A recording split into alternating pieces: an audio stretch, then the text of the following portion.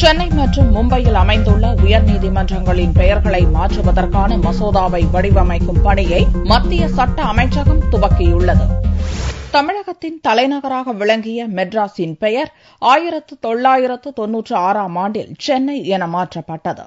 முன்னதாக மகாராஷ்டிர மாநில தலைநகர் பம்பாயின் பெயர் மும்பை என 1995ஆம் ஆண்டில் மாற்றப்பட்டது. ஆனால் இவ்விரு நகர்களில் உள்ள உயர்நீதிமன்றங்களின் பெயர்கள் முறையே மெட்ராஸ் ஹைகோர்ட், மும்பை ஹைகோர்ட் என பழைய பெயர்களிலேயே இயங்கி வருகிறது.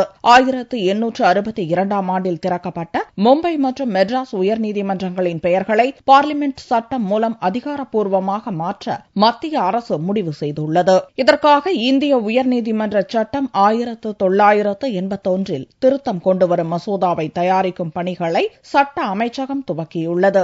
இந்த சட்ட திருத்த மசோதா அடுத்த மாதம் துவங்கும் பார்லிமென்ட் பட்ஜெட் கூட்டத்தொடரில் அறிமுகப்படுத்தப்படும் என்று எதிர்பார்க்கப்படுகிறது.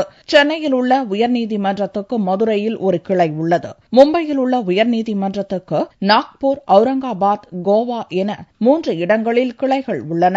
1862ஆம் ஆண்டில் உருவாக்கப்பட்ட 3வது உயர்நீதிமன்றமான கல்கத்தா உயர்நீதிமன்றத்தை கொல்கத்தா உயர்நீதிமன்றம் என பெயர் மாற்றம் செய்ய வேண்டுமென மேற்குவங்க மக்கள் நீண்ட காலமாக கோரி வருகின்றனர்.